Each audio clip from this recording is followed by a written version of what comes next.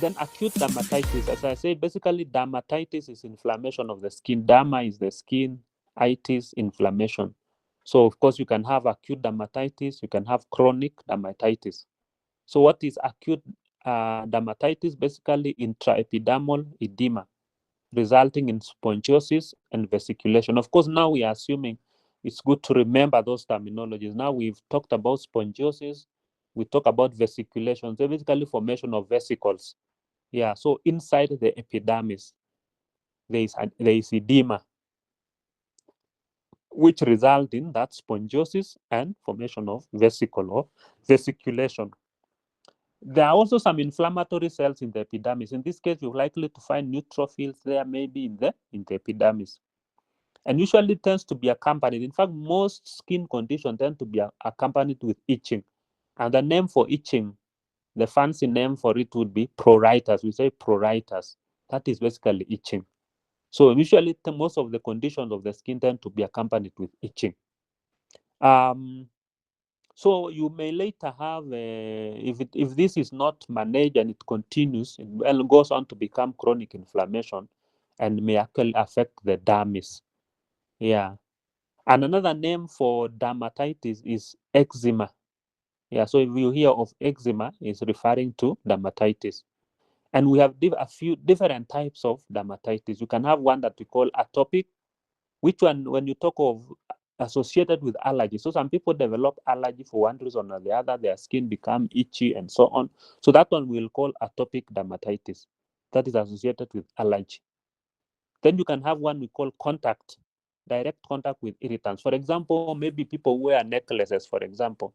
If the necklace is made of maybe copper and you're allergic to copper, so once it touches, that area that part has touches, there is irritation there, there is itching there, dermatitis occurs there.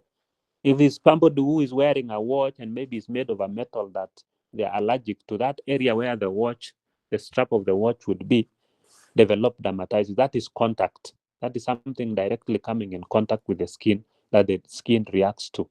So that will be called contact dermatitis. Then we move on to chronic dermatitis.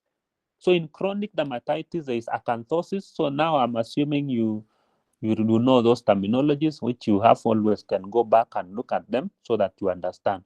So acanthosis and hyperkeratosis with chronic inflammation around vessels in superficial dermis. So in superficial dermis, in chronic dermatitis, you will find acanthosis, hyperkeratosis with chronic inflammation.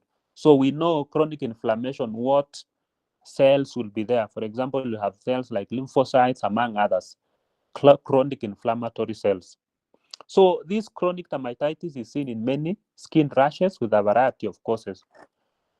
But not worthy is something important to note is that there is no inflammation of epidermis by inflammatory cells in chronic dermatitis.